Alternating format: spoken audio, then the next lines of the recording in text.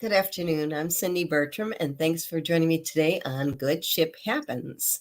We've had a lot of exciting things coming up just in the past week or two. I'll share more about that during this show today. Good Ship Happens. One thing that just came up that really, really makes me feel so good. Yes. Cruise lines, cruise ships do assist people when they're stranded. And this is just another wonderful example of a good ship happens. Carnival Cruise Line, their Carnival Dream was actually sailing. What they did was they actually helped rescue, their crew actually rescued 17 people stranded in the Belize Channel on Wednesday this past week. And the group's boat had been capsized. And the Carnival Dream was actually heading towards Cozumel, Mexico.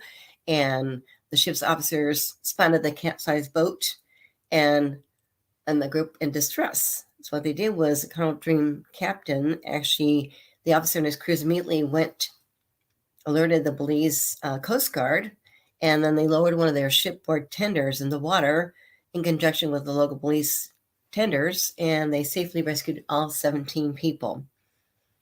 And the good thing is, too, is each member of that group rescue were in good condition before being transferred with the Belize Coast Guard was coordinated. So that's just wonderful. And then, of course, Carnival Dream was able to actually then resume its voyage, continuing on to Cozumel. But once again, the ship had actually sailed from Galveston on May 14th for the special 6-night sailing, and actually did return yesterday, May 20th. And just great to hear news like that and share more than ever, because we need that more than ever, don't we? So once again, a beautiful example of how a cruise ship actually rescues people in a wonderful way too. Something else that's really, I think, amazing too is on May 18th was actually International Day for Maritime Women. It's actually called Happy International Day for Women in Maritime. And they celebrate this different ways, but we do have a lot of women that work in the maritime industry itself. I mean, a good example is with Celebrity Cruises on their bridge itself, as far as the bridge members. Unlike other cruise lines where the bridge members maybe under 5% that are women, females, maybe 2% with Celebrity Cruises on their bridge. I think 32% of their bridge staff are actually women. And once again, they still have the only American woman captain of a cruise line ship, Captain Kate McHugh. So that was just celebrated on May 18th. That's great too. So another good story news too. Something else that I think is really, really amazing too is we talk a lot about sustainability, and that's really a hot button in the cruise industry, because what they're doing is they really are working hard as far as going into liquefied natural gas as a way to operate their ships. And another wonderful example is actually MSC Foundation. MSC Foundation is part of the MSC Group. It's family owned. MSC Group actually has the MSC Container Shipping Company. They're, I think, the second or first largest container shipping company in the world, family owned. They also have their MSC Foundation, which gives back in diverse ways. They have MSC Cruises, which has been sailing now for quite a bit. And also they're starting a new cruise line launching this summer called Explorer Journeys, which is actually going to be more of a luxury cruise line. And the first ship, the Explorer One, will be debuting in July this year.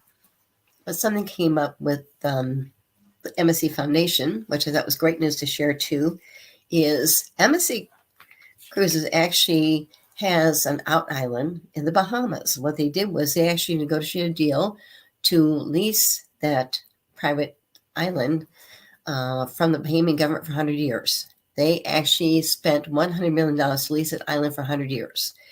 The actual island itself of the Bahamas was trash. It was a former manufacturing plant, and the plant just disbanded the island.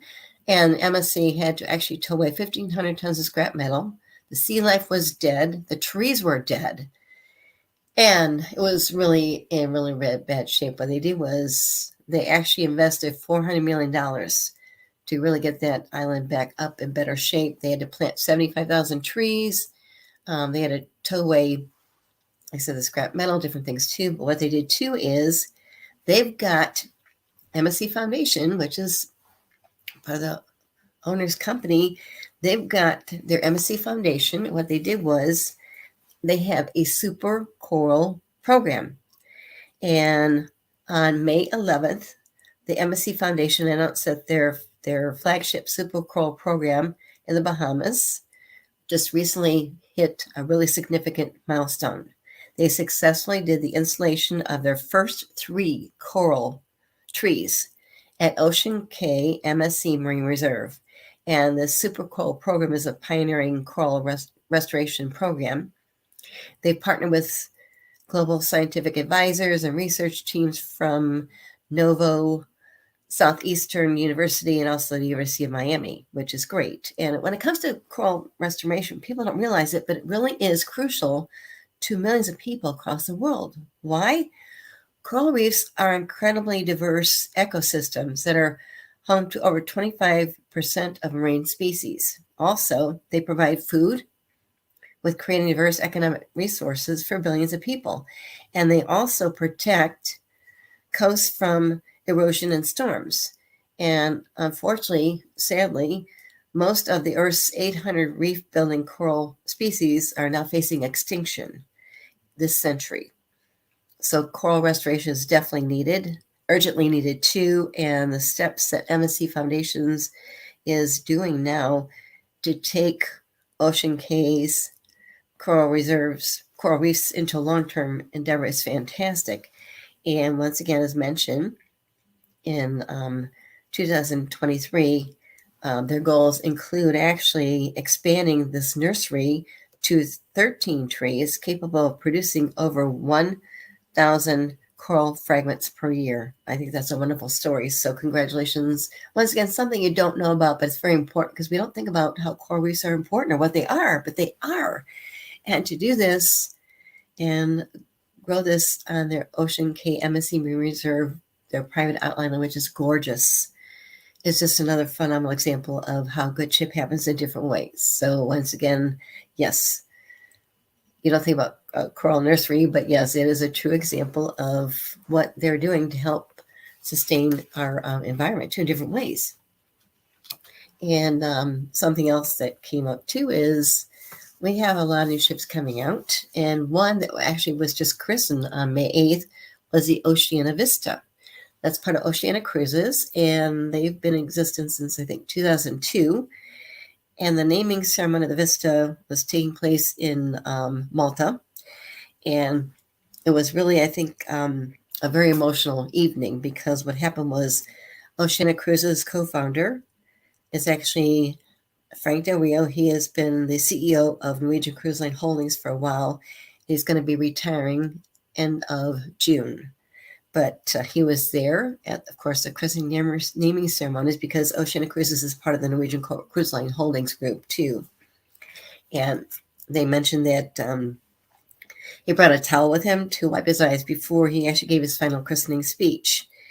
And it's just wonderful because, once again, a beautiful example about how Oceana began. And this is actually the first new ship they built in like 11 years. It looked absolutely gorgeous. And once again, such a very, very emotional event that people shared in different dimensions as far as social media too, plus press releases, etc. And once again, Frank Del Rio and his family were there too. In fact, his son actually became president of Oceana Cruises. But Frank Del Rio is going to be retiring end of June, and Harry Summers moving into being the CEO, chairman of the whole Norwegian Cruise Line Holdings Corporation, which is great. So once again, just a wonderful, memorable christening ceremony too. Don't think about that, but once again, I know that he had Tal just kind of wiped his eyes before I gave his final christening speech too. And the godmother of the Oceana Vista was actually the godmother was Giada de Laurentiis, and she actually is a well-known I think she's a well-known chef, culinary expert too. But that was just a wonderful memory too to think about too, because once again, we don't think about this and having a christening come up on a new ship for them after 11 years, which is great. They're building more ships too, which is great too. Once again, as mentioned, the godmother was actually Giada De Laurentiis, and she's actually an Italian-American chef and award-winning food personality. She was chosen as the godmother of the ship, so she was there too. And once again, they christened the ship with a bottle of champagne on the bow, which is great. So once again, just a wonderful memory too. Something else too is, as far as ships, we have a lot of ships that are actually sailing from different areas in the U.S., which is great. And one that I mentioned previously was with MSC Cruises. Their MSC Meraviglia is now sailing year-round from the port of New York, which is great. And something else that just came up this week was Carnival Cruise Line. On Sunday, they just began their longest deployment yet. And this was from Norfolk, Virginia, with the Carnival Magic embarking on its first sailing for an extended season, which is great. And once again, you don't think about cruise lines sailing from Norfolk, Virginia, but they are. So once again, if you're interested in taking a cruise and maybe are hesitant about maybe flying, although flying is getting a little bit better, thank goodness for that, but not as many delays and cancellations and lost luggage. But once again, too, is we've got more options as far as sailing out of U.S. ports than ever before.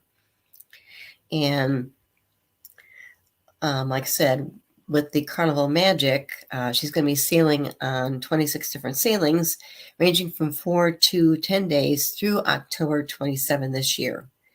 And as mentioned, the captain mentioned, it's really wonderful to be back in Norfolk.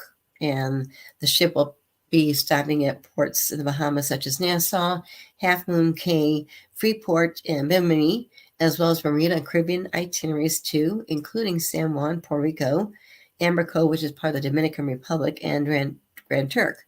And her first cruise was actually a week-long trip to Nassau, Bimini, and Freeport. So once again, that's just a wonderful thing that you've got more options as far as ships departing from the United States of the America too. Also, Alaska cruise season is going very well.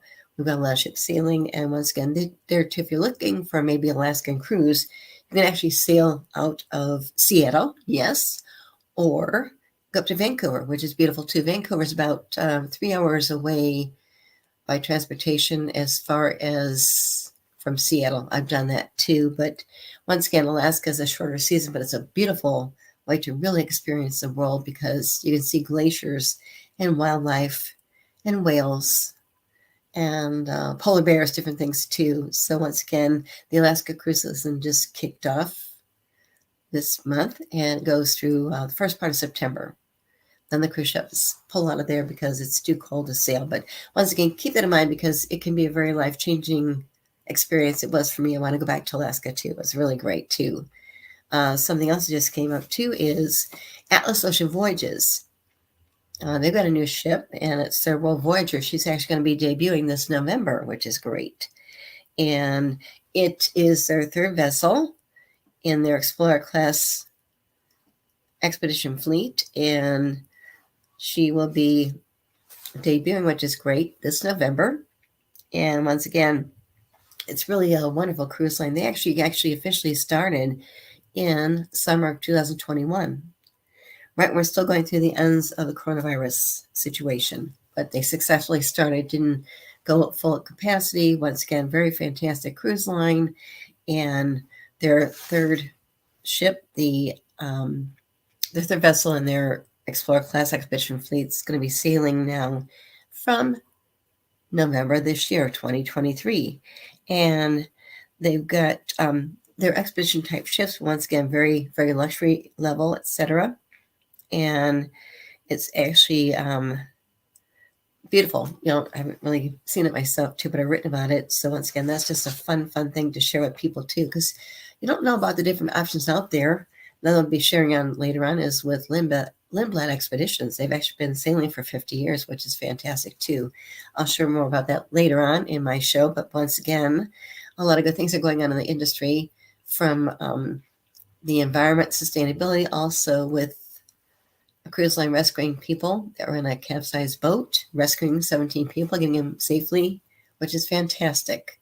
Mark, did you have any questions for me or not?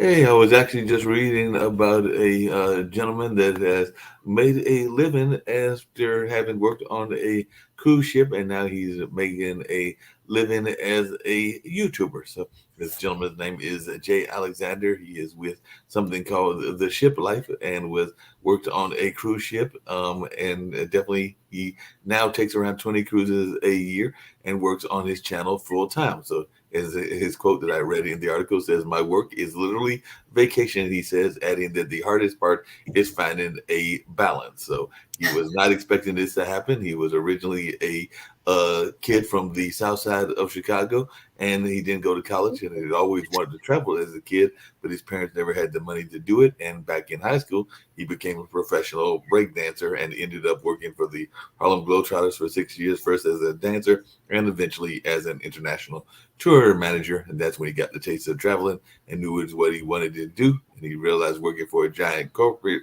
company wasn't for him, so he left. And after that, he was an Uber driver and just trying to make it in the entertainment industry.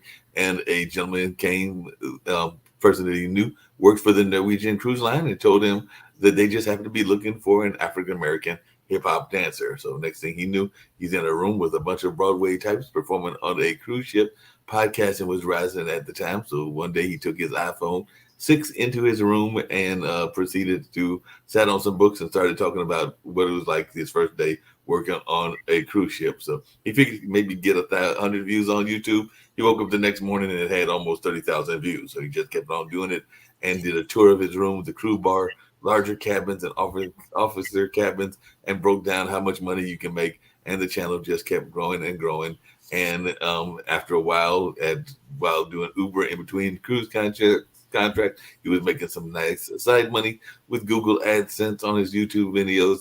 And eventually, now it seems like he's just traveling and not necessarily working for the cruise ship, but he is doing some things and some observations of some of the things that takes place on cruise ships, including somebody that did something really silly and all in that space.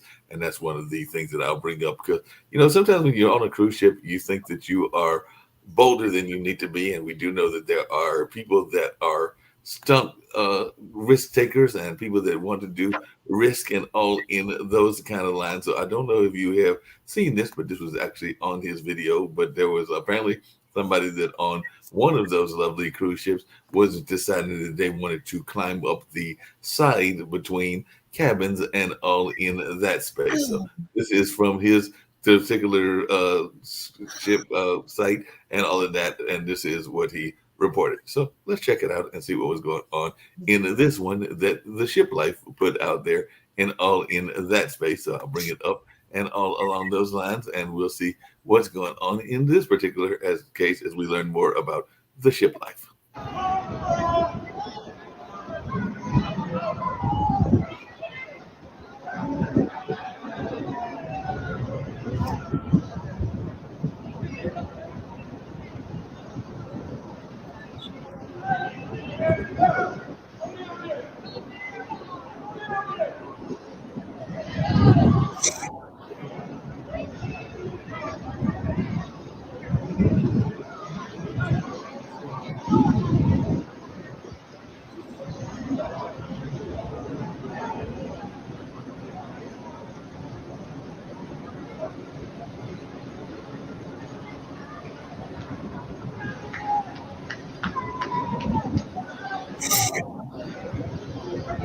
So as you can see, these young men and women here were playing a very dangerous game when they should have been playing chess or something. Now, there isn't a lot of context available on this particular situation. It just looks like there were some teenagers that decided to climb up from one level of a balcony up to another one to collect something. Now, according to some articles, they're saying that it was like I don't know, an AirPod piece or something like that was delivered to somebody. However, it does not matter. To me, it's personally irrelevant. The fact of the matter is that the teenager did climb up to the balcony when they could have either gone to the other side and used the stairs, or they could have knocked on the door to whoever passenger is staying in that particular area. Regardless of how you slice it, it is a very dangerous situation. Potentially, that is. By the way, just FYI, all of this took place on board the Carnival Mardi Gras cruise ship, which is my favorite cruise ship of all time.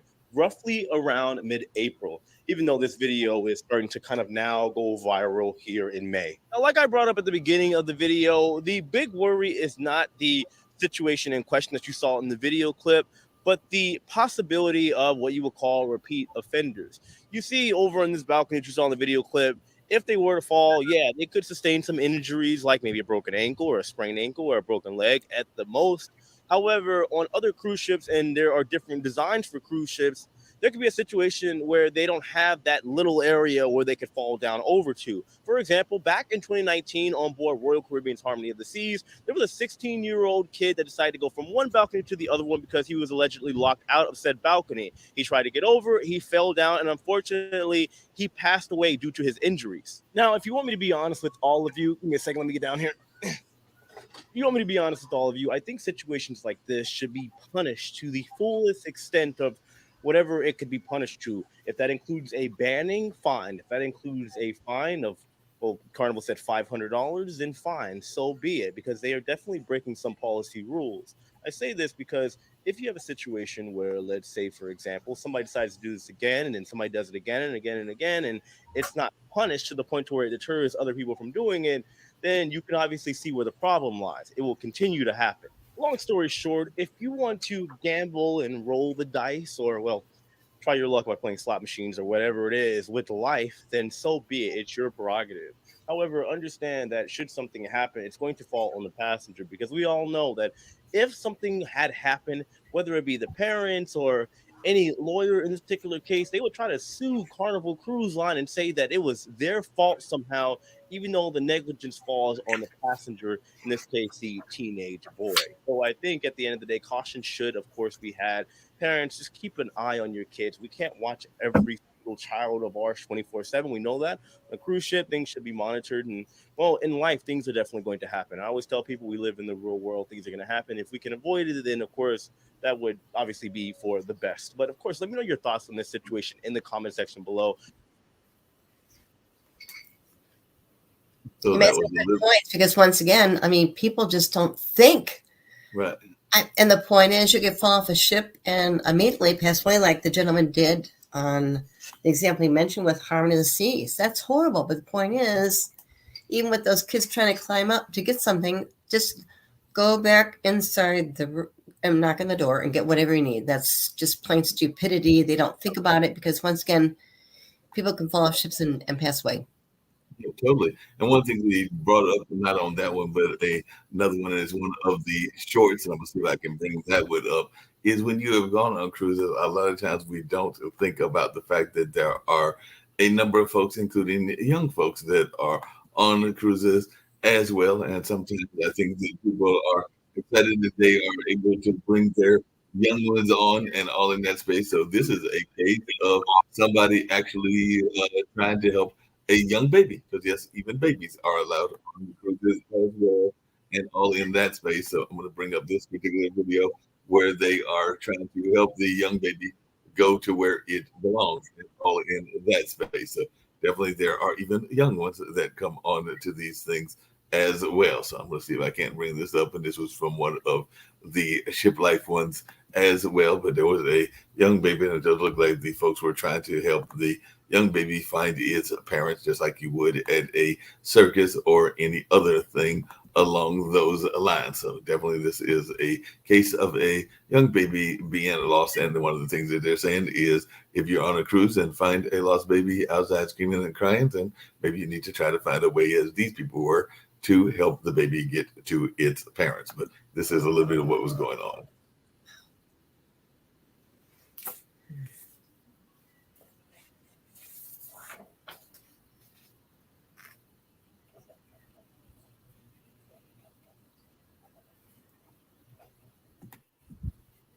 I can bring it back. Advice. If you're going Okay. to cruise with your family, please keep an eye on your kids. Believe it or not, bad things can still happen to them even on a cruise ship. Puff, you're on a cruise and find a little boy outside screaming Where and you come crying. from? Where's your room?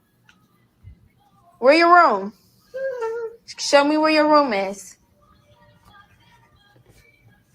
Yeah, he was just outside, so I don't know. I told him I was going. You said it was this one, or which one? How they leave their baby and they don't know? Oh, okay. You don't remember also? I don't think so. Let me see He's your... scared. Hello, can I see your bracelet? This is so cute. Can I see? What is your name? So let me offer a little piece of advice. If you're going to go on a cruise ship with your family, please keep an eye on your kids. Believe it or not, bad things can still happen to them even on a cruise ship. Puff, you're on a cruise and find a little boy. Like I said, that's just incredible too that they would find a little baby and try to find the baby's home so that they can get it to its parents. But definitely that is one of the things that I saw. And then the other thing that I was really curious about, and this is not so much a video, but there was another article that I saw, and I think it was in Cruise Fever, and they were talking about some of the things that we do know that good ship happens, but sometimes there are rookie mistakes, if I can use the sports analogy, that people make when they go on to ships because they're not thinking about the hidden fees. So one of the things that they mentioned on this particular article was ATM fees, because apparently forgetting to bring extra cash can be costly on a cruise, with the ATM machines charging fees that will range from $5 to $8 per transaction on top of what the bank already charges you. So apparently there are additional ATM fees on certain ports and certain ships. And if you need cash for a day in port or to tip the crew a few extra dollars, you can apparently avoid ATM fees on cruise ships with a handy tip on the different sites that help you get around those and everything. And I'm sure you probably know some as well. And then they were also talking about spa products, because a lot of people love getting those spas, and getting a massage is a great way to get pampered. But apparently, and I think I mentioned this before, I know the artists do hard sales, but apparently the spa people also do hard sales, because one of the people was saying that after one of their massages, they tried to sell them a brush that improves circulation for $60 and a 3-pack of bad treatments for another $160. So if you're interested in purchasing these products, order them online after you get home for a fraction of the cost.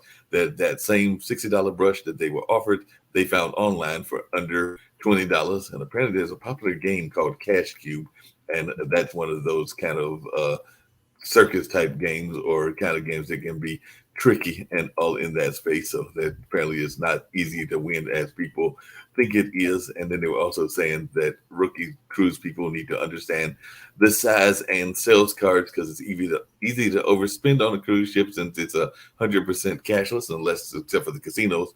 And they had a friend that took a cruise and attended a skin seminar on board, and after hearing how great the product was, she came back to her cabin with 2 tiny makeup bottles. What she failed to realize was that her credit card had been charged $70, because using your cabin card is just like using your credit or debit card. And they were also talking about the cell phone roaming charges, because some folks are like, hey, I'm going to be on this trip and I'll just snap a picture for my Facebook or my YouTube. And apparently at $15 per MB, I think that's megabyte, logging on to Facebook and uploading one picture can cost anywhere from $20 to $30. So you have to be careful of that. And they were also saying to be careful of something called pull tabs, because before shows on some cruise lines, the crew will walk around selling strips of pull tabs where you could win $500 or more. And these strips offer some of the worst odds, but yet cruisers can't raise their hands fast enough to buy them, because you're sitting in your seat, you're waiting for the show to start. So you're basically a captive audience and all of that.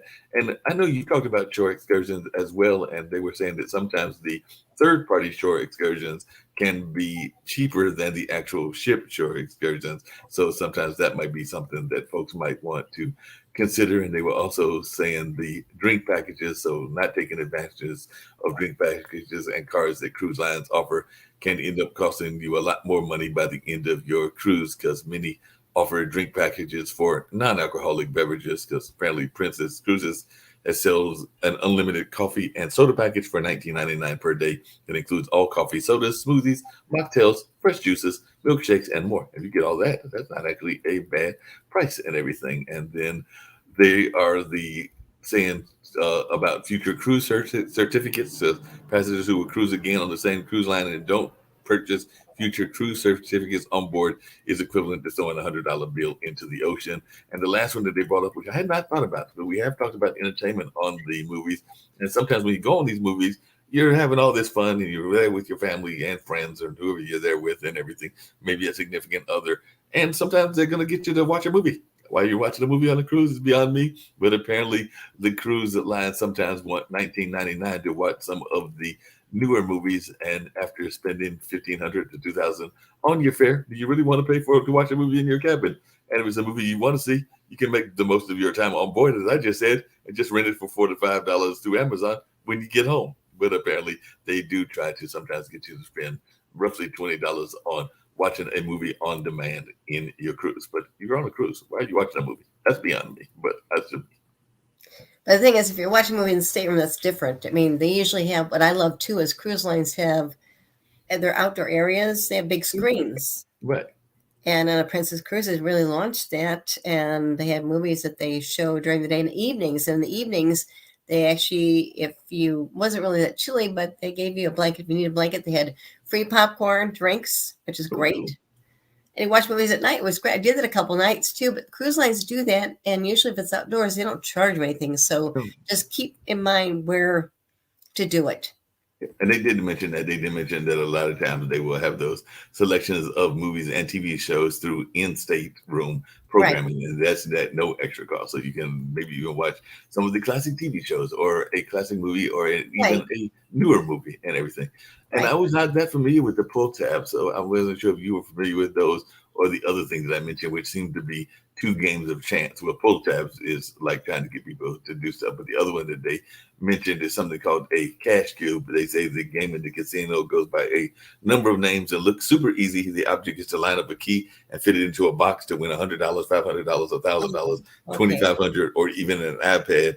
But apparently the key almost always just misses because they were saying the game is rigged and controlled by a random number generator. So it could be. I'm not a big casino person. I walk through the casino, get to another place. I'm not. And the thing is, in my case, I'm not a gambler. I mean, I'd rather buy something than just waste money. And in my case, with my success playing in the casinos, it'd be better to just throw the dollar bills off in the ocean. You know, I mean, I would agree with you on that too. Exactly. But the point is, with shore excursions, that's a good point too, because once again, especially when cruise and cruise lines were starting back, they did require that you had to take, if you want to get off the ship, you had to take shore excursions that the cruise lines offered. But it was a safe security measure they were doing just for safety, health reasons too. Yeah. I've done it both ways. The one fun one I did was a long time ago. I was in Jamaica. Oh, cool. And wound up getting off the ship and went with some friends, my husband, ex-husband, past husband. He wasn't feeling good that day, so we got off the ship and we're trying to decide what to do. My friend's been to Jamaica a couple of times. We actually found this taxi driver, Owen White, is a former Jamaican cop. Oh, wow. Policeman, former. Guess whose house he took us? Beautiful areas, which is great. We felt very safe because here we are with a former policeman, you know, I mean, just wonderful person. And he knew all the housekeepers, and guess whose house he took us to? Whose house did he take you to? In Jamaica? Bob Marley. No, he took us to Mick Jagger's house. Mick Jagger's house. Wow. Yes. We couldn't touch anything, but we were at Mick Jagger's house in Jamaica. It's like, oh my God, how cool is what? And his name was Owen White. People call him Whitey. And I got his phone number because when I was working with my family's agency, if I had clients that were going down to Jamaica on a cruise, I just say, hey, call him up. He can take you different places, which is great too. But that was kind of a fun thing because sometimes, I mean, you know, you want to be careful as far as where you're going. In this case, we felt safe because he's a former policeman. But once again, it goes back to it's good to see what shore excursions are available with the cruise lines. Because once again, too, if you do something separately on your own and you don't make it in time, the ship leaves and you're messed up. Yep. And I did hear that. I think there was a recent case of somebody that got lost on the ship and then they found them later on or something along those lines. But yes, that is a risk that you run into and everything. What is some of the most unusual things that you said? Because I do remember on the one cruise I went to, we stopped at a area bar/restaurant, and I remember that literally as I was preparing to have my meal, it might have been a burger or something like that, I looked down and there was a gecko that was over there, probably wondering why I was there and what was going on, because he was literally staring at me as I was staring at him. But definitely was sitting there. It was either a gecko or an iguana, but it was definitely animal of that nature and everything. And I'm sure it was going like, what are all you tourists doing here? I was actually minding my own business and maybe getting a little bit of stray food from the restaurant, and then all you tourists Right. interrupted my quiet time. But Well, definitely, sometimes I've seen those with the cruise lines. They do such a great job with their private out islands. I mentioned Ocean Cay, MSC Marine Reserve, and them actually building the coral reef right there too. But what's fun is it's a beautiful island. They actually spent $400 million to restore it. What I like about it's beautiful. They had to rebuild. They planted 75,000 trees. well, They had to get rid of the things that were left on the island too. But it's beautiful. So many places to go and see, which is great.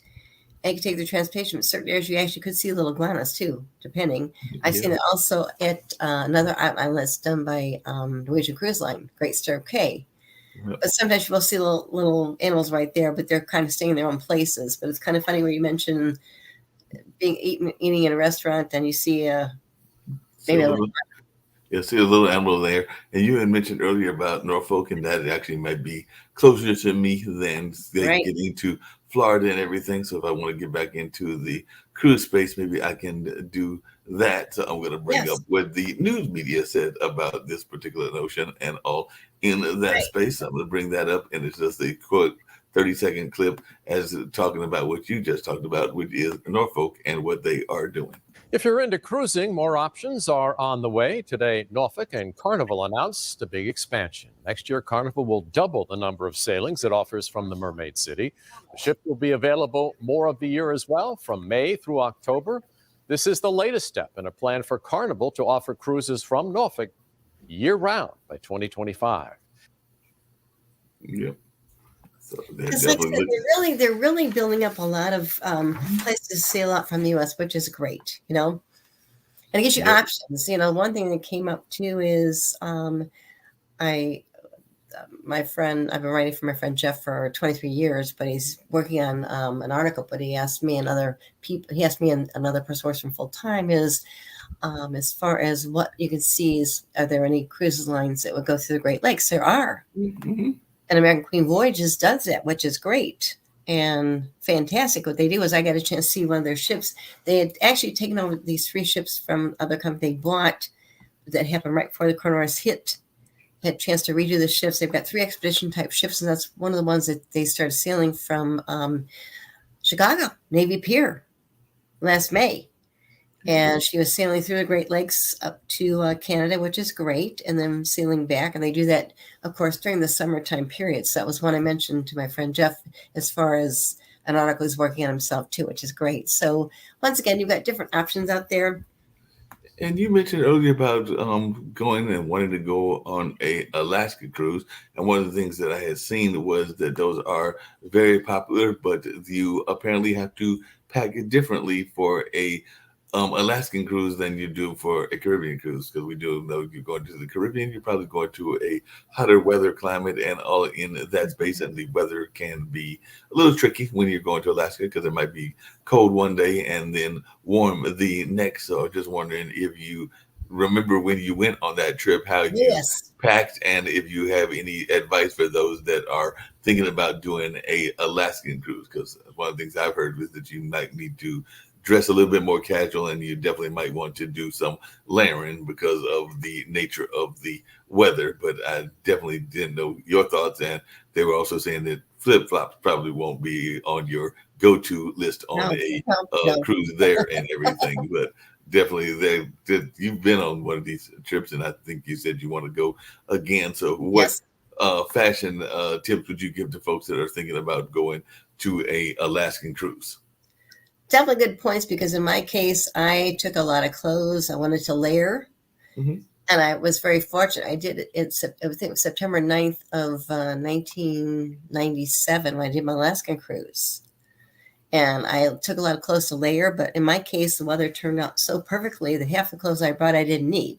But I still, put jackets and things on to be safe, because when I did that White Pass Railroad trip, we went up like 1,000 feet up at least. It's beautiful. And once again, we're outside getting close to the glaciers. That was beautiful too. Once again, you just had to dress warmly, but just layer things. And of course, wear sensible shoes, things like that too. But it's gorgeous. Once again, definitely layer clothes, bring different clothes to wear to layer up if you need to, because you don't know about the weather. In my case, it worked out so perfectly. The weather that week was actually warmer than normal, where the previous weeks they had a lot of rain and things too. So I just kind of lucked out for my cruise. Once again, just take different kind of clothes to wear, fleece type things, which is great too. Sweaters and things to add on, take them with you when you get off the ship, because you don't know. And also, again, too, it kind of depends on the shore excursion you're going to be doing. I had a friend that they did a flight seeing tour, which is fantastic. I didn't do that, but it was, of course, a little chilly. Like I said, getting off in Skagway, just walking around was gorgeous. And doing the White Pass Railroad trip was fantastic. And then different places to go and see and visit too, which is fantastic. But it's so beautiful. And once again, if you really want to see beautiful nature, it's just a great way to see nature in different ways.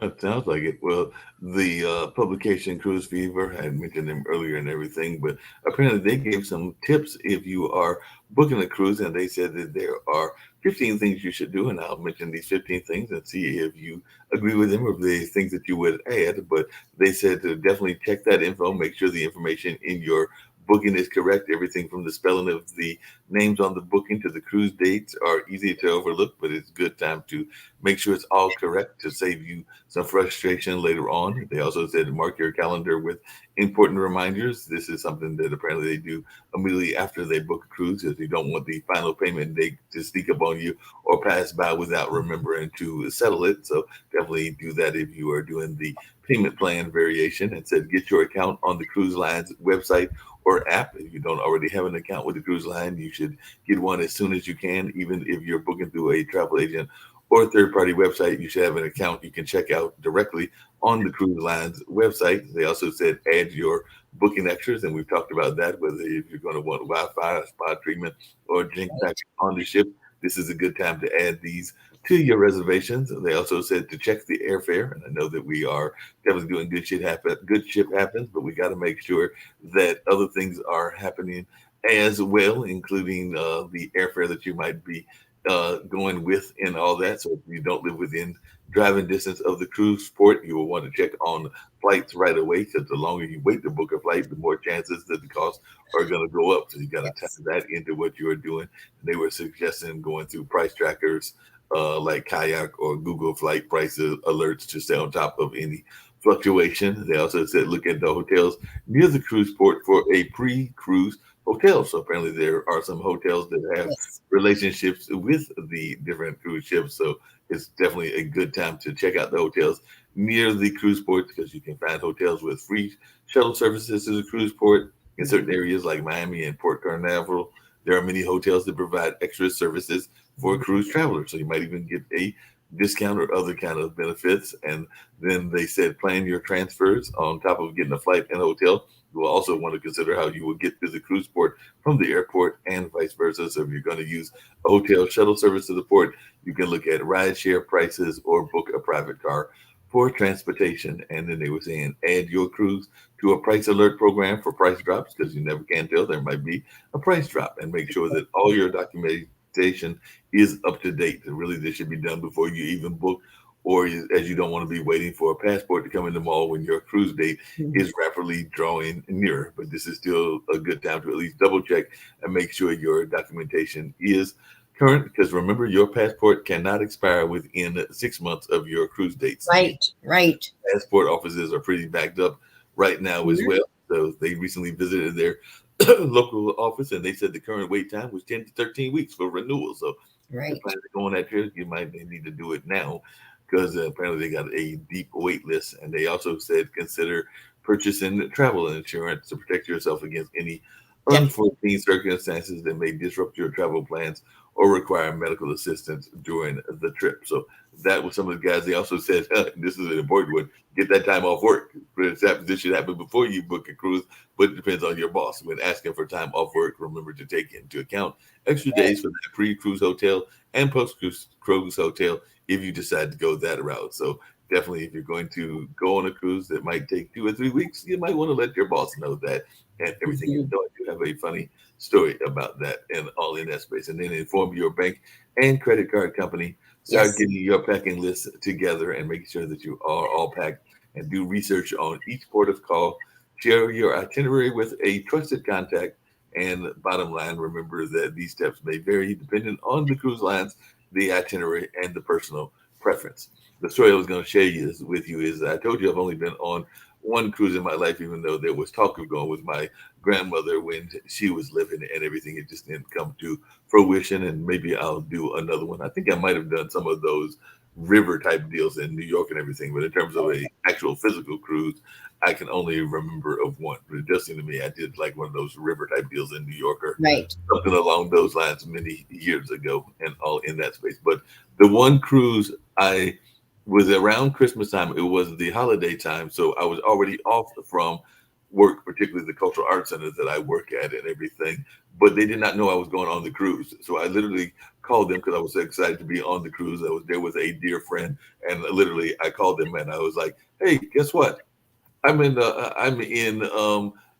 Aruba or Puerto Rico or wherever. I think that was the Puerto Rico. Yeah, I think we were going to Puerto Rico, Grand Turks, and the British and one of the Virgin Islands. But yeah, they were a little bit shocked that I had gone on that cruise because, like I said, I have definitely been on vacations, but there is a conversation that goes on oftentimes about I don't do enough vacation, and so they were pleasantly surprised that I was on a cruise, but they were going like, "You can tell us you were going on a cruise. Did we give you permission?" I'm like, it really wasn't y'all's business, but I'm calling you to let y'all know I'm having a good time, and I'll tell you more about it when I get back to the said destination of home and everything. But yeah, I just decided to call them and surprise them with letting them know that I was on a cruise that had been planned by a friend of mine and all in that space. But yeah, I think they were a little shocked that I had gone on that cruise.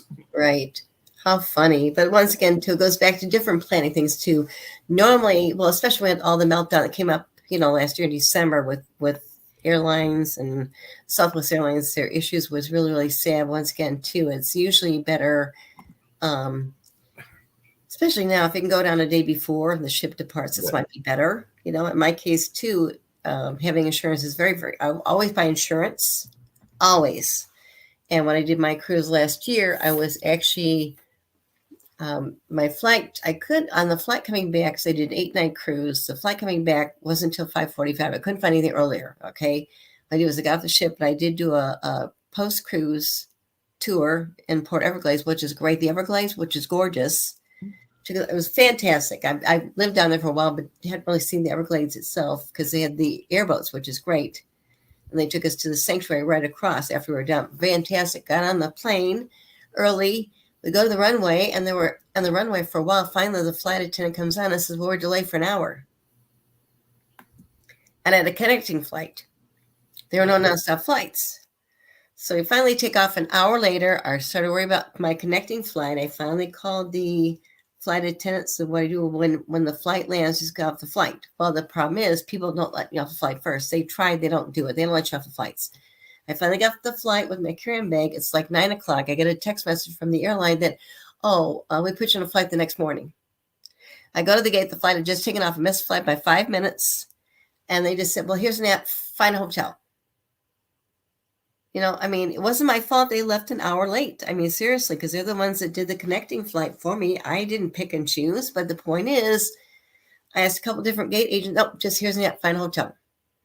I found a hotel myself, got the hotel 11 o'clock at night, and checked in. I got up at 3:30 to get repacked to get back to the airport. They have free shuttle service. Get there by 4:30. My flight took off okay. I didn't get my A boarding first for Southwest. I got a B, but I got on the flight and came back to the hotel. Cost me $109. And the airline wasn't going to do anything with me. That wasn't my fault. So anyway, I did file a claim with my insurance company, and within 3 weeks, they sent me a check, which is great. I also reached out to a key person at Southwest Airlines. She said, Cindy, they should have covered your airfare. Send me a receipt. I could refund it back. I thought, let me wait to the insurance, okay? So thank goodness the insurance company sent me a check within 3 weeks after filing the claims. They had me receipt everything that came up. And I just mentioned to this exec, I said, don't worry about it. I got reimbursed. I want to double dip. But the point is, it's good to have insurance more than ever because things come up. Your bags at one time, my bags can get rounded to my on time. And I boarded the ship. Okay, they rerouted my luggage, but thank goodness I went to Target, picked up some clothes, boarded the ship with my friend, and then we got on the ship. And the funny thing is, I got invited to the captain's table that first night, Saturday. Well, I found a cocktail dress, thank goodness for that.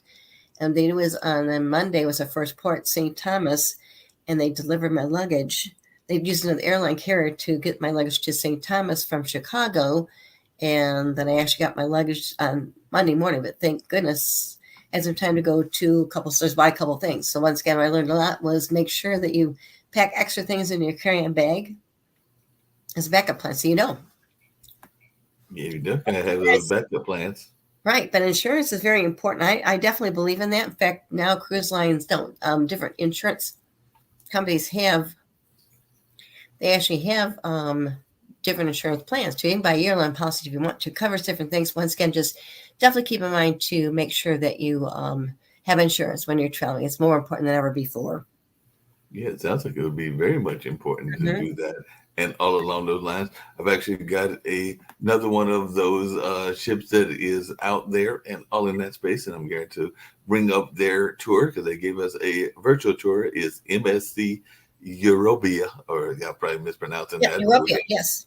So we'll bring that up and check out what they're all about as we get ready to wind down and all in that space. But it's a virtual tour. It looks like a very luxurious type hotel and all along those lines. So we'll bring this up and see what they have got going on in that luxurious kind of environment, because it definitely looks like it is a fun ship, and it definitely looks like it could be an exciting trip for those that want to take that particular trip. So we're going to wait and see if the computer will cooperate and all along those lines, and then we'll give them a virtual tour of this particular ship as well, because definitely it's always good when folks can have an idea of what they are going to expect should they be getting ready to go on a cruise and all in that space.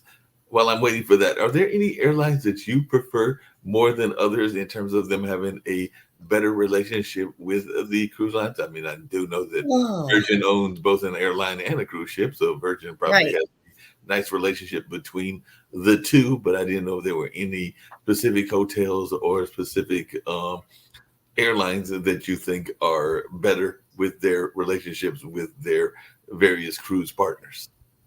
It varies because once again, with Virgin Voyages, their airline is different. It's more international. In the case of Virgin Voyages, in fact, I mentioned that too, but they just launched their newest ship, the Resilient Lady, in Greece. Oh, well. This week, I've got a friend on board, actually, right now. He's on board the ship and showing photographs, which is great too. Once again, it kind of goes back to, everyone's got their personal choice for airlines. I mean, like Southwest, they've had issues last year. Now, I think that things kind of in better shape. Once again, just go back to who you prefer, and then also just make sure that you have a backup plan. Definitely do that, but also have insurance. But also, too, it goes back to if people like, American, that's fine. Delta. I mean, like Southwest. But once again, get a couple different choices. I think U.S. airlines are better than some of the other ones too.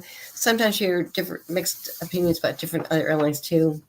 Like Cindy, along those same lines, and they mentioned it a little bit earlier with the phone being used as a camera and everything, and the charges that exist with the phone. So I was just wondering if people, because part of going on a cruise or any vacation is the tourism aspect, or the aspect of seeing things that you want to share with your family and friends about those trips and everything. So what advice do you give? Do you think that people should do less with their phones? Because it sounds like that can be very expensive. And if you're doing less with your phones, how easy is it to get either a disposable camera or film for a old-fashioned camera on a cruise and everything? So is it fairly easy to get the necessary supplies for a camera, or whether it be digital or a more traditional camera?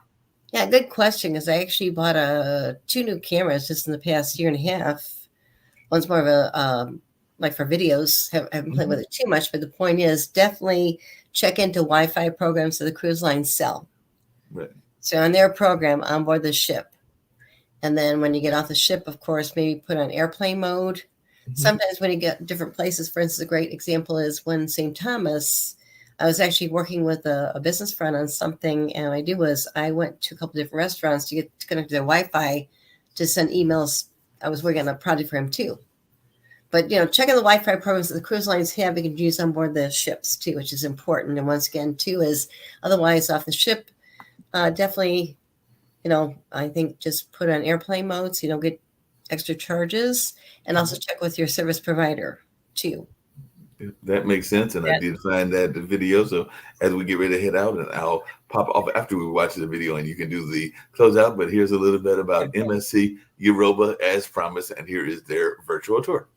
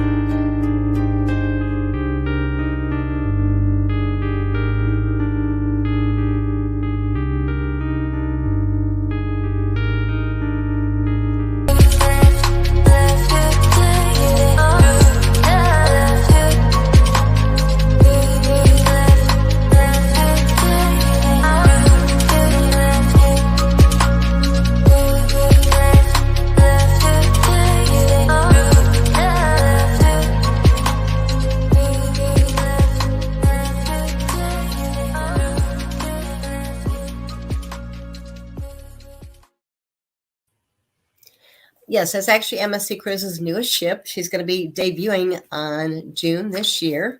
June 8th this year is actually her christening, and it's the MSC Eurobia.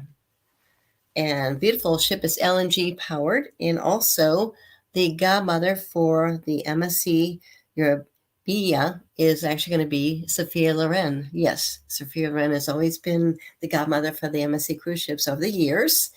And I think this is maybe the 19th ship she's actually been the godmother of, but she's been godmother of all their ships, which is great too. And once again, it's their newest ship, and she'll be debuting. Her christening is going to take place in Copenhagen, Denmark. She'll be offering European cruises. So that's fantastic too. Once again, we've got a lot of really exciting news coming up as far as new cruise line ships coming up too. I mentioned that, of course, the Resilient Lady just started sailing in Greece, yes, which is fantastic. That is a third Virgin Voyages ship, and that's one that you have to be 18 years or older to actually sail on one of their ships, and it's really fantastic. Something else that is, I think, exciting too is with cruise lines, a lot of cruise lines do actually stop at Nassau. And what they did was they have actually been working for a 4-year redevelopment of the Nassau Cruise Port. And the first phase of this $300 million project is going to be open to the public on May 26th, coming up next week. So once again, a lot of good things happening when it comes to cruising. So please keep that in mind. And I'll be sharing more news about different things in upcoming episodes of Good Ship Happens. But once again, thanks for joining me today. I'm Cindy Bertram on Good Ship Happens. Until next week. Think positive things too. We've got a lot of things going on in the cruise industry too about that too. I'll be sharing more. Thanks for joining me today. Good Ship Happens. Thank you. Hi, Richard. How you doing? Ahoy, Jennifer. Lovely to see you. I'm so excited we're partnering on Virgin Voyages. Yeah, I'm really excited too, but I was thinking that maybe before we announce it, that we should decide on my official title at Virgin Voyages. Yes, and I already have a few options for you. Okay. What about something catchy like, don't be fooled by the ship that I got. I'm now Jenny from the dock. Okay. Dame Jennifer Lopez. Isn't there like a paperwork and like a sword involved? Supreme Goddess of Mermaids. You know what? Let's just tackle the title thing later. I'm just excited to share our gorgeous ships with the whole world. Okay. Look, I'll brainstorm a little more and catch up soon on it. Mermaid in Manhattan?